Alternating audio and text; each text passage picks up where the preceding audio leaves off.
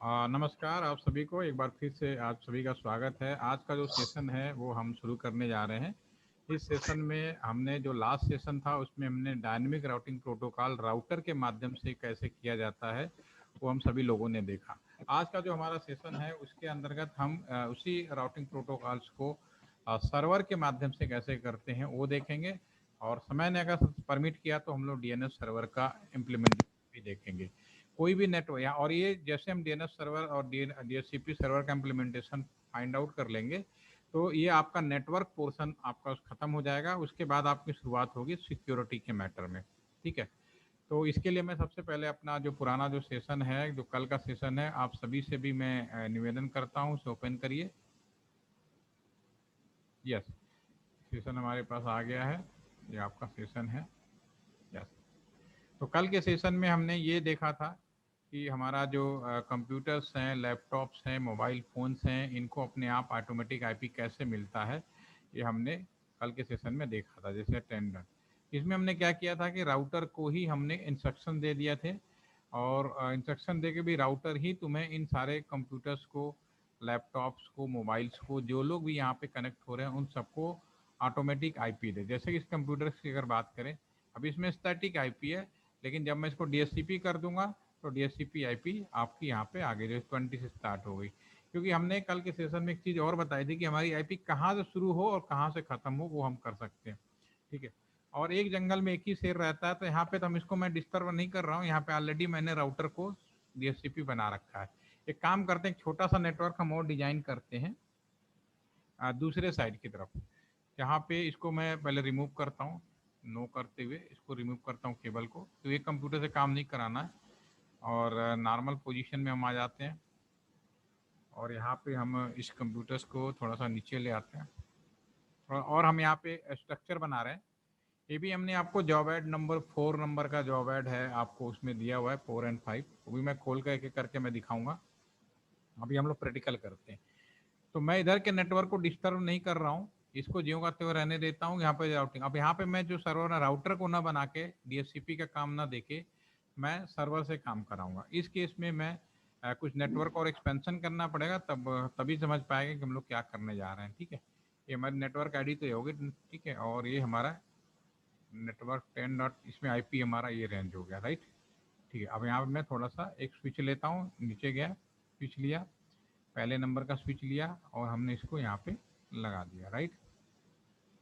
इसके बाद मैं यहाँ से इसको कनेक्ट करूँगा, केबल लिया और मैं स्ट्रेट केबल लिया, राउटर के पोर्ट 01 से स्विच के पोर्ट 01 पे लगा दिया, कोई दिक्कत नहीं।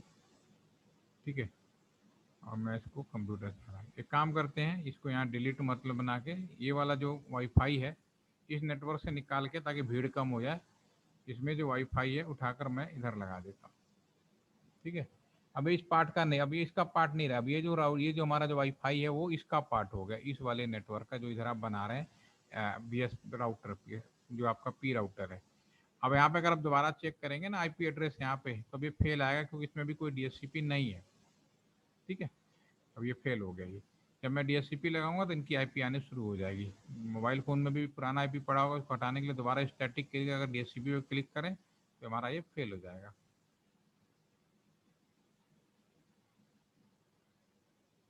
हाँ, ऑटोमेटिक इसलिए कनेक्ट होता है अनमोल। ऑटोमेटिक कनेक्ट क्या होता है, आपके नेटवर्क में एक डीएचसीपी होता है जो पहले आईपी एड्रेस देता है, तब वो कनेक्ट होता है। बिना आईपी एड्रेस का कनेक्ट नहीं होगा। ठीक है, तभी ऑटोमेटिक, जब आईपी मिल जाता है तो उसको कनेक्शन मिल जाता है। ठीक है, तो ऑटोमेटिकली कनेक्ट होता है तभी जब हम ऑटोमेटिक आईपी मिलता है। और ये काम क्यों होता है, डीएचसीपी के थ्रू होता है, राइट। तो ये हम यहाँ करने वाले हैं। यहाँ पे हम एक काम करते हैं, इंडेक्स यूजर पे क्लिक करते हैं, इसमें सर्वर लेते हैं। ये जो हमारा इसी कंप्यूटर वाले लाइन में जाएंगे, तीन पहले कंप्यूटर है, लैपटॉप है, देन सर्वर। यूजर पे क्लिक किया, हमने सर्वर पे क्लिक किया, सर्वर यहाँ लगा एक सर्वर। अभी हम दो सर्वर तीन ले लेते हैं, तीन सर्वर। अभी क्या क्या है मैं अभी बात करूंगा, अभी मैं बना रहा हूँ। जो सर्वर 0, इसका मैं यहाँ पे क्लिक किया और इसका नॉमिनेचर कर देता हूँ, ये डीएचसीपी सर्वर है। ठीक है ना, इसको मैं इसी लगे यहाँ डीएनएस सर्वर के बारे में बात कर लेता हूँ। ये डीएनएस सर्वर है, और एक सर्वर हमारा यहाँ पे ये वेब सर्वर, वेबसाइट वाला। ठीक है ना,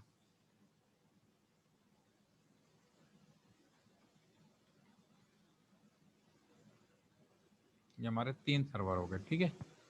अभी भी एक तरह का कंप्यूटर है, डिजाइन थोड़ा अलग क्यों किया है वो भी मैं आपको समझा देता हूँ।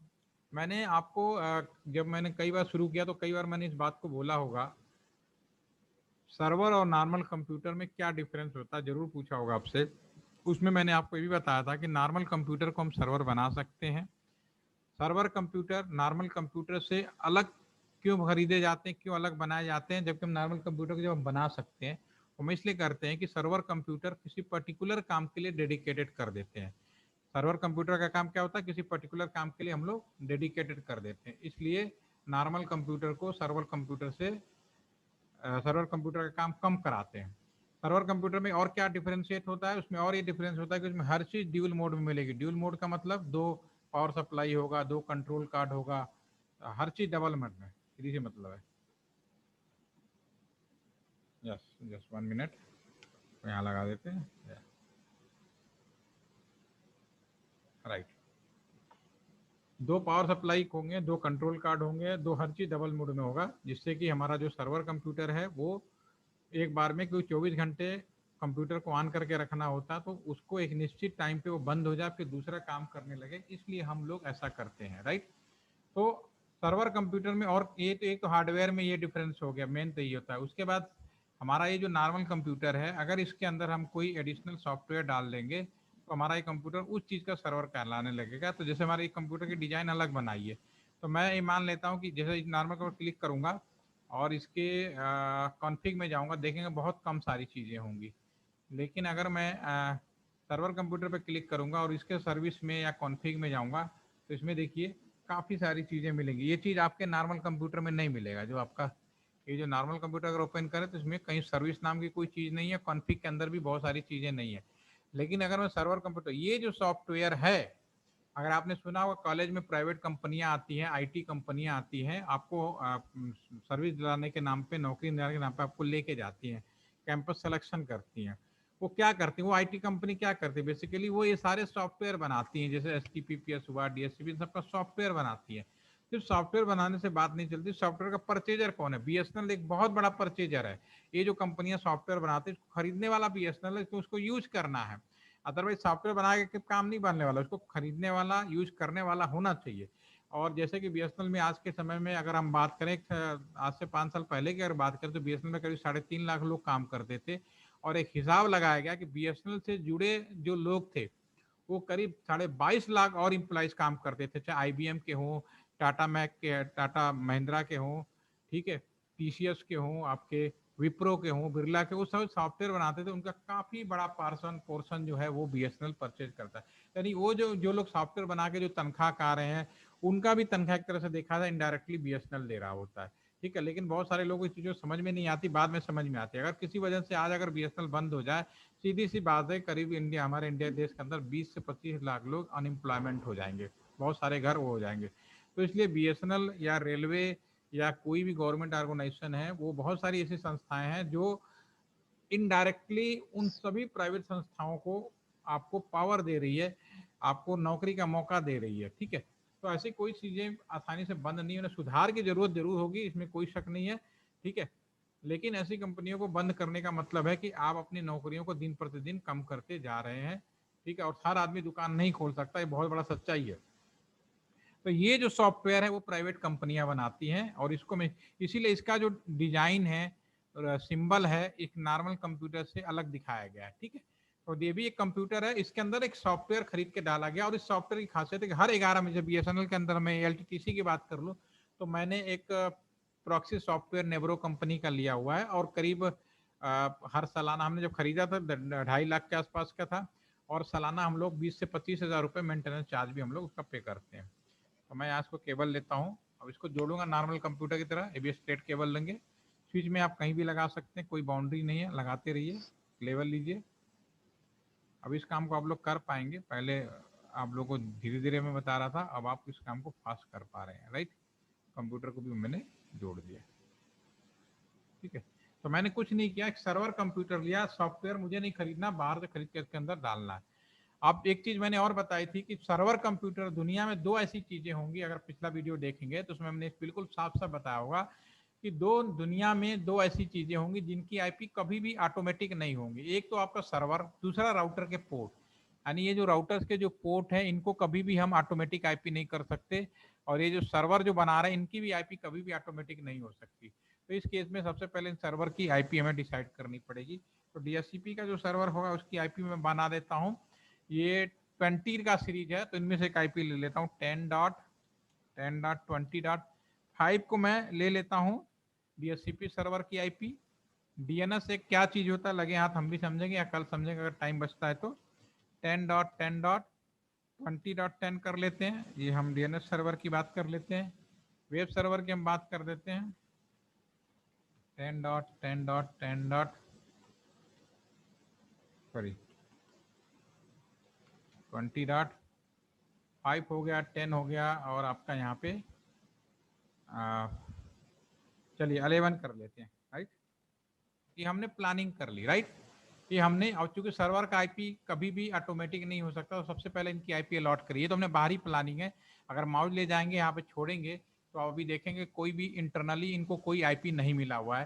फास्ट इथरनेट 0 लिंक अब दिखा रहा है, आईपी एड्रेस नॉट सेट दिखा रहा है। तो पहले मैं इसको अलॉट करूंगा, क्लिक करिए, डेस्कटॉप पे गए, इस पर क्लिक किया, यहाँ पे गए 20.20.5 पे यहाँ पे आईपी डालें, सबनेट /24 है।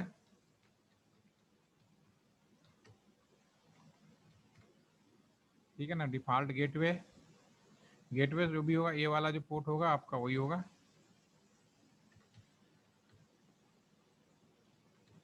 मन हो गया, ठीक है। अब क्योंकि डीएनएस सर्वर भी आ गया इसमें, डीएनएस सर्वर भी आ गया है, तो डीएनएस सर्वर हमारा कौन सा वाला, ये वाला है। इसकी आईपी हमने 20 डाटा अब डालिए, पहले नहीं था तो हम नहीं डाल रहे थे, अब है तो डालिए। ठीक है, ये हमने आईपी डाल दिया जो हमने प्लानिंग किया मैन्युअली। अगर आप माउस ले जाकर आप देखेंगे तब देखना इस पे आ चुका होगा फास्ट इथरनेट 0 आईपी 20.5 20.1 एंड 20.10। अब डीएनएस सर्वर पे आ जाते हैं। डीएनएस सर्वर पे सर्विस पे जाएंगे, सॉरी इस पे डेस्कटॉप पे, इसको भी आईपी डालिए। ये है 10.10.20.10 और subnet mask, right. Gateway 10.10.20.1। DNS server खुद ही है तो देना चाहिए। आप हमेशा याद रखिए कि कंप्यूटर साइंस में अगर खुद ही ये डीएनएस सर्वर है तो इसका मतलब ये नहीं है कि इसको आईपी एड्रेस नहीं देना, बताना पड़ेगा कि तुम ही हो। नहीं तो कहानी आपको याद होगी, एक धोबी की कहानी सुनी होगी। गांव में एक धोबी था और उसके पास 10 गधे थे, और डेली सुबह वो अपने घाट पे जाता था कपड़ों के साथ में। तो एक बार वो जब निकला और पहुंच गया घाट पे, वहां पे 10 गधों के साथ लौटने लगा तो एक गधे के ऊपर बैठ गया और काउंटिंग शुरू करी, 1 2 3 4 5 6 7 8 9। 9 तक करता था, 10वां नहीं गिनता था क्योंकि 10 के ऊपर खुद ही बैठा होता था।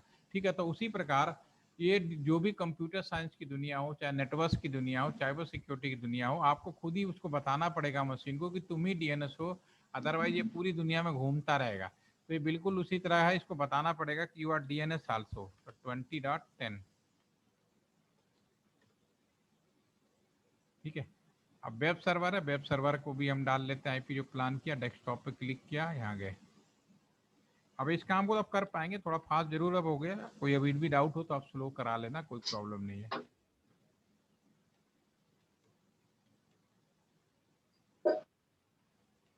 ठीक है, गेटवे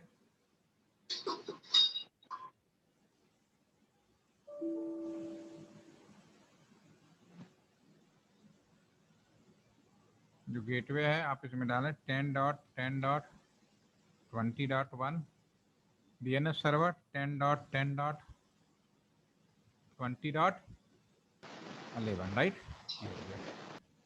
सॉरी 10, तो पहले वाले मैंने गलत डाल दिया क्या? नहीं, ठीक है। तो मैंने इस कंप्यूटर पे आईपी डाल दिया। अब हम क्या कर रहे हैं, कल हमने जो डीएचसीपी पढ़ा उसमें हमने पढ़ा था कि इस राउटर को का ही काम होता है, और राउटर को ही मैंने कमांड दिया और उसने ऑटोमेटिक आईपी अलॉटमेंट शुरू कर दिया।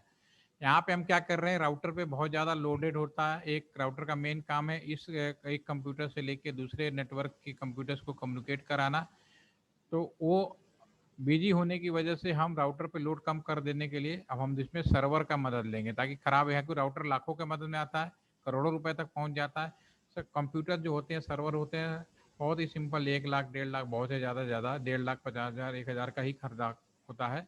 उसमें ज़्यादा हमें खर्चा वो पैसा मतलब नुकसान होने की संभावना कम रहती है। ठीक है, और परफॉर्मेंस भी इन कंपेरिजन टू सॉफ्टवेयर, जब कोई ये काम किसी को दोगे तो ज़्यादा अच्छे से करेगा। ठीक है, तो इसीलिए हमने यहाँ पे लिया। अब हमने इसको क्लिक करते हैं, करना क्या है। अब एक चीज़ और आप ध्यान से सुनिए, चाहे कोई भी जैसे आप अपने कैंपस के अंदर नेटवर्क बना रहे हो और वहाँ पे आपको डीएचसीपी इम्प्लीमेंट करना है सर्वर के माध्यम से, तो आपको कुछ नहीं करना, सॉफ्टवेयर आप खरीदोगे, जैसा मैंने बताया कोई भी सॉफ्टवेयर खरीद सकते हैं। लिनक्स का आपका जो सर्वर है वो कोई भी ऑपरेटिंग सिस्टम हो सकता है, लिनक्स का भी हो सकता है, एप्पल का भी हो सकता है, और आपका माइक्रोसॉफ्ट विंडोज का भी हो सकता है। ऐसा नहीं है कि लिनक्स ही होना चाहिए, ऐसा कोई नियम नहीं है। ठीक है, लेकिन इंडिया के अंदर एक ट्रेडिशन है, एक माहौल है कि हम लोग जितने भी सर्वर बनाते हैं वो लिनक्स ऑपरेटिंग सिस्टम के ऊपर बनाते हैं। ठीक है, तो वो अलग मैटर है, लेकिन इसका मतलब ये नहीं है कि आपको क्या करना है। मान लीजिए कि आपका कंप्यूटर है, लैपटॉप विंडोज कंप्यूटर है, उसी को आप डीएचसीपी सर्वर बनाते हैं, तो सिंपल सॉफ्टवेयर खरीदिए, विंडोज कंप्यूटर वाला, ऑपरेटिंग सिस्टम वाला डीएचसीपी सॉफ्टवेयर कंप्यूटर में उसी तरह इंस्टॉल करिए जैसे कि आपने पैकेट ट्रेसर इंस्टॉल किया। जब इंस्टॉल करेंगे एक आइकन बन जाएगा। तो ठीक है, तो सेम इसमें भी, इसमें क्या ऑलरेडी सॉफ्टवेयर डाला हुआ, इंस्टॉल्ड किया हुआ है। तो मैं इसको कंप्यूटर क्लिक करता हूँ, सर्विस पे जाता हूँ, मैं इसमें आपको क्या करना है, आइकन बन जाएगा, जब क्लिक करोगे तो आपकी स्क्रीन पे एक खुल के आ जाएगा। अब हमेशा याद रखना, ये तो चूंकि सामुलेटर तो सारा एक ही स्क्रीन पे आ रहा है, लेकिन रियली में जब क्लिक करोगे तो पहला पेज आएगा। पहला पेज पूछेगा कि भैया फुल सर्विस का नाम बता, कोई नाम बदलना चाहो तो बदल भी सकते हो, जरूरत नहीं यहाँ पे। ठीक है, और सर्विस ऑन जो है, हमेशा याद रखिए कि दुनिया में हर काम के लिए सेवाएं आप हमेशा कभी भी किसी भी टाइम ऑन कर सकते हो, लेकिन डीएचसीपी का सर्विस सेवा हमेशा तभी ऑन करना है जब आप उसमें पूरा का पूरा कॉन्फ़िगरेशन कर लेंगे, यानी सेटिंग कर लेंगे। ठीक है, तो अभी ये मुझे सर्विस ऑन नहीं करना, सबसे पहले फिर नेक्स्ट बटन, यहाँ पे सब एक पेज में, लेकिन मुझे नेक्स्ट बटन बताएंगे तो पूछेगा गेटवे बताओ, तो गेटवे क्या होगा, जो आपने प्लान किया 10.10.20.1।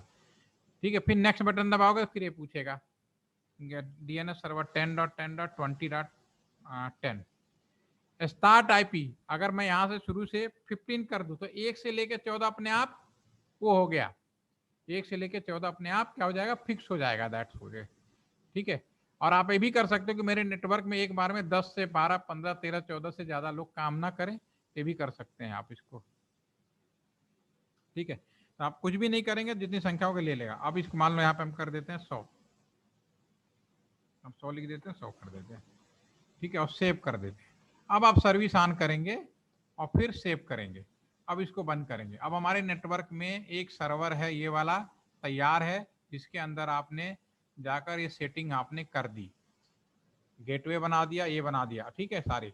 अब हम यहाँ पे चेक करते हैं इस कंप्यूटर को डेस्कटॉप पे, और यहाँ पे अगर आप करेंगे डीएचसीपी, तब देखिए क्या होता है। देखिए 15 से शुरू करना था, गेटवे भी आ गया, इसमें आपका डीएनएस सर्वर भी आपने बताया, डीएनएस सर्वर भी आ गया। मोबाइल फ़ोन पे जाते हैं, इसको भी दोबारा से करते हैं, अपने आप 16 आ गया, सक्सेसफुल हो गया। टैबलेट पे जाते हैं, ये भी चल रहा है, 17 हो गया। देखिए अपने आप आईपी आपके सामने आ रहा है। और इस कंप्यूटर से अगर मैं कम्युनिकेट कराऊंगा तो इससे भी अभी कम्युनिकेट करेगा। फिर से करके देखते हैं, सक्सेसफुल हो गया। फिर से करके देखिए, सक्सेसफुल हो गया। किसी भी से कैसे में करेंगे आप कम्युनिकेट करेगा। ओके, तो पूरी में जब देखने के बाद आते हैं थोड़ा सा स्लो रहता है। तो ये डीएचसीपी है। डीएचसीपी किस तरह से इम्प्लीमेंट किया जा सकता है। डीएचसीपी हमारा दो तरीके से इम्प्लीमेंटेशन संभव है। वन इम्प्लीमेंटेशन हमारा राउटर के माध्यम से, दूसरा हमारा सर्वर के माध्यम से। और डीएचसीपी का काम क्या है, ऑटोमेटिक आईपी अलॉट करना। ठीक है, यहाँ में कोई कंफ्यूजन है, कोई डाउट हो आप पूछ सकते हैं। ठीक है, डीएनएस आज बताऊं या कल बताऊं, बताइए जैसा आप लोग कहेंगे।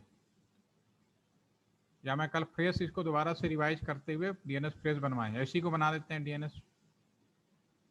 क्यों भाई अनमोल, कंटिन्यू रखूं। हाँ मैं कह रहा हूँ कंटिन्यू रखूं आज आज। आज के लिए ठीक है, अभी बता देते हैं डीएनएस सर्वर क्या होता है। ओके, बाकी लोग तैयार है? ठीक है। What is the DNS server, अभी भी आप समझो डीएनएस सर्वर क्या होता है। ज़्यादा इसमें भी टाइम नहीं लगना, बहुत आसानी से हो जाएगा। देखिए, एक बात आप सभी लोग जान गए, समझ गए कि पूरी दुनिया में जो कम्युनिकेशन होता है वो आईपी एड्रेस से होता है। ठीक है, अगेन रिपीट कर रहा हूँ कि सारी दुनिया में जो भी कम्युनिकेशन होता है सारा का सारा, ठीक है ना, ठीक है, ओके, मान लिया मैंने। सारी दुनिया में जो सारा का सारा जो काम होता है वो आपका आईपी एड्रेस से होता है। लेकिन एक आम आदमी, मैं हूं चाहे आप हो, हम लोग इंटरनेट कभी भी आईपी एड्रेस से तो खोलते नहीं, ठीक है, ना ही अलर्ट नहीं करते, उसका काम तो डीएचसीपी कर दिया। लेकिन हम जितने लोग खोलते हैं www.facebook.com, www.whatsapp.com, www.icibank.com, हम वेबसाइट का नाम टाइप करते हैं, ठीक है, वेबसाइट का नाम टाइप करते हैं, लेकिन हम कभी भी आईपी एड्रेस नहीं टाइप करते। इसका मतलब कम्युनिकेशन कैसे हो रहा है? आईपी एड्रेस से। इसका मतलब है कि आपके नेटवर्क में एक ऐसा सर्वर अवेलेबल है, जब आप जैसे वेबसाइट का नाम टाइप करते हैं तुरंत उस सर्वर से पूछता है कि भैया वो बताओ कि इस वेबसाइट का आईपी एड्रेस क्या, देन भी कम्युनिकेट। और ये जो काम करता है डीएनएस करता है। डीएनएस का मतलब है, यहां लिखता हूं, what is the meaning of the DNS?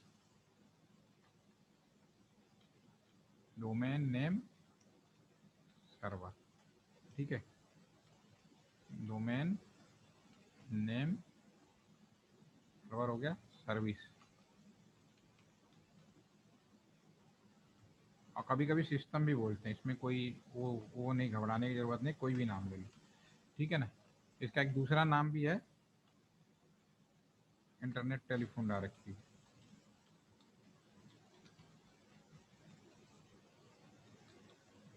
Telephone directory क्या होता है?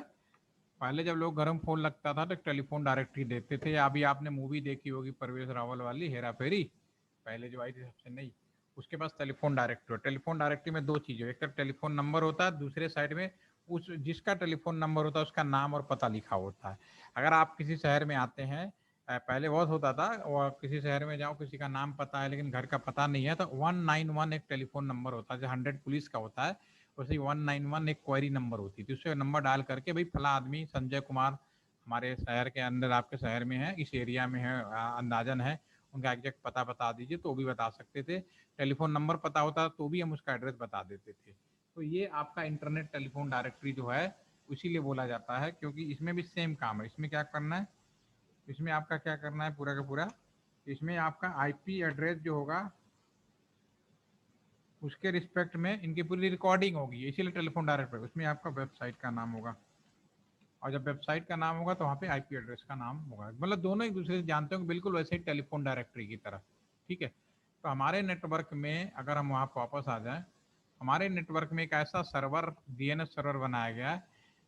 जैसे मैं अगर यहाँ पर टैबलेट में लिखूंगा www.facebook.com, यहाँ पे लिखता हूँ, तो ये सीधा नहीं खुलेगा। सबसे पहले हमारा टैबलेट जाएगा डीएनएस के पास में, क्योंकि यहाँ पे इसके आईपी एड्रेस में आप देखेंगे डीएनएस सर्वर ही है। तो सबसे पहले हमारा जो कम्युनिकेशन होगा पहले डीएनएस के पास जाएगा, डीएनएस बताएगा तो इसका आईपी एड्रेस ये है, ये मान लो वेबसाइट है facebook.com का, तो फिर वो फिर वापस जाएगा, फिर यहाँ जाएगा, फिर यहाँ पे वापस आएगा, फिर देन विल भी कम्युनिकेट करेगा आपको, ठीक है। तो हमारे डीएनएस सर्वर में दो चीज़ें होती है, क्लिक करिए, इसमें भी सर्विस में जाएंगे, सॉफ्टवेयर उसी तरह खरीदना है और इंस्टॉल करना है। आप डीएनएस पे क्लिक कर दीजिए, सर्विस कभी भी ऑन कर सकते हैं, डीएचसीपी की तरह नहीं कि सब कुछ करने के बाद। अब यहाँ पे लिख सकते हैं www, मान लीजिए facebook.com लिख देता हूँ, ठीक है, facebook.com। और इसका जो फेसबुक कॉम का कोई ना कोई आईपी एड्रेस होगा, और आईपी एड्रेस यहाँ पे मान लो ये वाला जो वेब सर्वर है ये फेसबुक का है, इसके अंदर डाल दे 10.20.11 ऐड कर लेते हैं, ठीक है। तो एक facebook.com हो गया। हो सकता है कि एक ही सर्वर पे दो वेबसाइट बने हो, www.alttc.com कर देते हैं, सेम आईपी एड्रेस भी लिख देते हैं इसको भी। एक वेब सर्वर पे कई वेबसाइट बन सकती हैं, ऐसा नहीं है कि नहीं बन सकती, राइट, ये भी ऐड कर दिया, ठीक है। यहाँ से अगर आप पैकेट भेजेंगे तो दे विल बी कम्युनिकेट, क्योंकि आईपी एड्रेस दिया हुआ है, कोई प्रॉब्लम नहीं, लेकिन अगर हम वेबसाइट खोलने की कोशिश करें, यहाँ क्लिक करते हैं टैबलेट पे और वेब ब्राउजर पे जाते हैं और यहाँ पे तो टाइप सर अभी जो डाला आपने ये सर्वर एड्रेस था, आईपी एड्रेस? डीएनएस सर्वर में गए, सर्विस में गए और मैंने डीएनएस सर्वर में डाला। ठीक है, ये जो डाला था सर अभी, ये सर्वर एड्रेस था या आईपी एड्रेस? देखो ये जो एलटीटीसी सर्वर क्या है, ये सारे सर्वर हैं। इसको वेब सर्वर बोलेंगे, डीएनएस सर्वर बोलेंगे, डीएचसीपी सर्वर बोलेंगे। डीएनएस सर्वर में क्या चीजें होंगी, डीएनएस सर्वर में दो चीजें होंगी कि जो भी कस्टमर वेबसाइट खोल रहा है उसका आईपी एड्रेस क्या है। आप जैसे घर पे लिखते हो ना www.facebook.com, तो वो क्या करेगा, आपके लोकल डीएनएस सर्वर पे जाएगा, जो भी इंटरनेट कंपनी देती है तो उनके डीएनएस सर्वर पे चला जाता है। डीएनएस सर्वर बताता है कि भाई इसका जो वेबसाइट है, तब जाके आपका वेबसाइट पे जाके खुलता है। ठीक है, तो इसके अंदर दो चीजें पड़ेंगी, इसमें एक तरफ जो वेबसाइट का नाम और दूसरा ये रिकॉर्डिंग होगी, जिसका सर्वर का जो भी वेब सर्वर है उसका क्या एड्रेस है उसका अलग। तो वेब सर्वर, एक ही वेब सर्वर पे कई वेबसाइट हो सकती हैं, इसलिए मैंने यहाँ दो लिख दिया। ऐसा नहीं कि एक वेब सर्वर पे केवल एक ही वेबसाइट होगी, एक से ज्यादा हो। मतलब एक एक आईपी एड्रेस पे कई वेबसाइट हो हाँ सकती जी, हैं? हाँ जी, बिल्कुल बिल्कुल बिल्कुल सही बात। अब चूंकि एक आईपी एड्रेस पे कई साइटें हो सकती हैं, ऐसा नहीं है कि केवल आप ही का खुलेगा।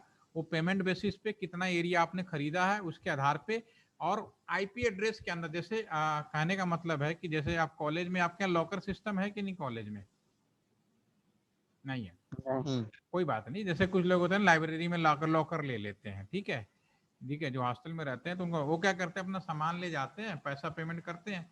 तो कहने के लिए तो कॉलेज का पार्ट हो गया, लेकिन उसका चाबी और उसको दे दी जाती है। या कभी रेलवे स्टेशन पे जाएं, अगर आपने टिकट लिया, कुछ सामान काफी देर तक, अगर ट्रेन से पहले आ गए आप, तो अपना सामान लॉकर में जमा कर देते हैं। ठीक है, लॉकर तो देखा जाए पार्ट रेलवे स्टेशन का है, लेकिन थोड़ी देर के लिए आपको वो दे दिया जाता है। तो उसी तरह से वेब सर्वर जो है एक बहुत बड़ा चीज होती है। उसके अंदर एक वेब सर्वर के अंदर बहुत सारे वेबसाइटें हो सकती हैं।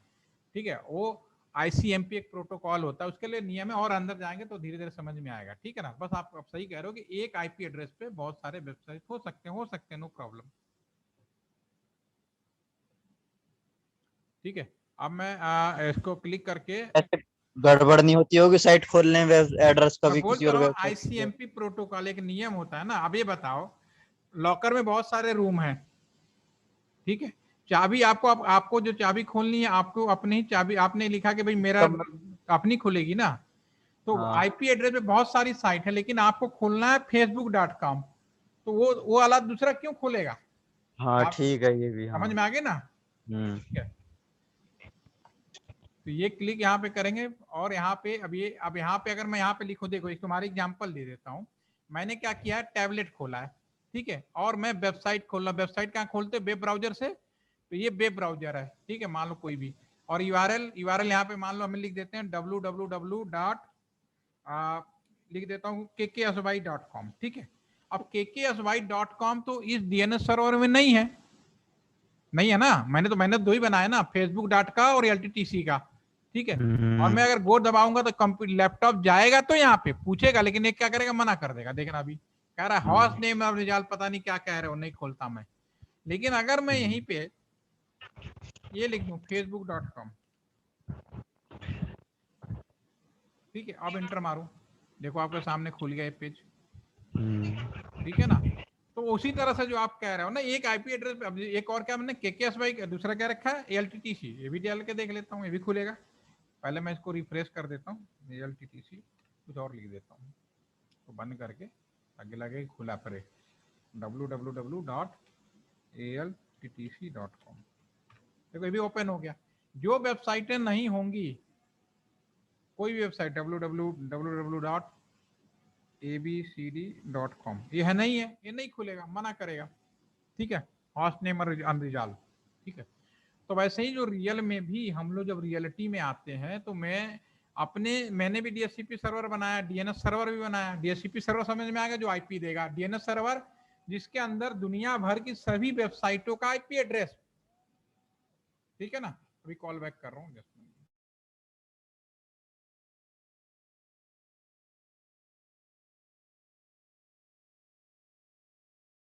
कुछ और आप और पूछना है आप लोगों को, कोई कंफ्यूजन तो नहीं है, मैं इसे सेव कर लेता हूँ। ठीक है ना, कल मैं इसी में इसको थोड़ा सा लेते हुए और आपको एक नया चीज बताऊंगा, VLAN, जो बहुत इंपॉर्टेंट है। आपका नेटवर्क पोर्शन बहुत ओके हो गया, यहाँ तक नेटवर्किंग के लिए इतना तो आना ही चाहिए। नेटवर्किंग के लिए क्या करना है, एक राउटर लगाना पड़ेगा आपको, केबलिंग करनी पड़ेगी, स्विच लगाना पड़ेगा, कंप्यूटर लगाना पड़ेगा, वाईफाई लगाना पड़ेगा, और 2 सर्वर या 1 सर्वर, ये हो सकता है कि तीनों सर्वर का काम एक ही सर्वर में करा ले, भी कर सकते हो। तो एक ही सर्वर के अंदर वो सॉफ्टवेयर मुझे परचेज करने पड़ेंगे, फ्री ऑफ कॉस्ट कुछ नहीं है चीजों की। ये आपको कॉलेज प्रशासन या जो होटल में रहेंगे वो भी रहेंगे, आप उसको कर सकते हैं। अब आपको कल के नौकरी लगती है तो नेटवर्क मैनेजमेंट में आप आराम से इस काम को कर सकते हैं और आपको लगेगा। अगर आपसे पूछा जाए नेटवर्क मैनेजमेंट में आप क्या कर सकते हो, बहुत आसान है। मैं अपने पूरा कैंपस का नेटवर्किंग देख सकता हूँ, स्विच लगा सकता हूँ, और जब आप फील्ड में काम करना शुरू करेंगे धीरे धीरे और एक्सपीरियंस आपको ज्यादा अच्छे से आता चला जाएगा। ठीक है, यानी कोई डाउट या कंफ्यूजन करके देखिए, कोई प्रॉब्लम हो तो मुझे जरूर बताइएगा। इसका वीडियो मैं अभी शेयर कर दूंगा। यानी कोई डाउट? बोले सारे लोग अटेंड नहीं करते ना, तो अटेंड करते बहुत अच्छा लगता है। यानी मैं अपना काम तो पूरा ही कर रहा हूँ आपको इसमें।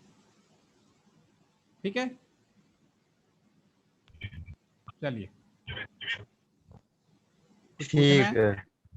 नहीं, ठीक है।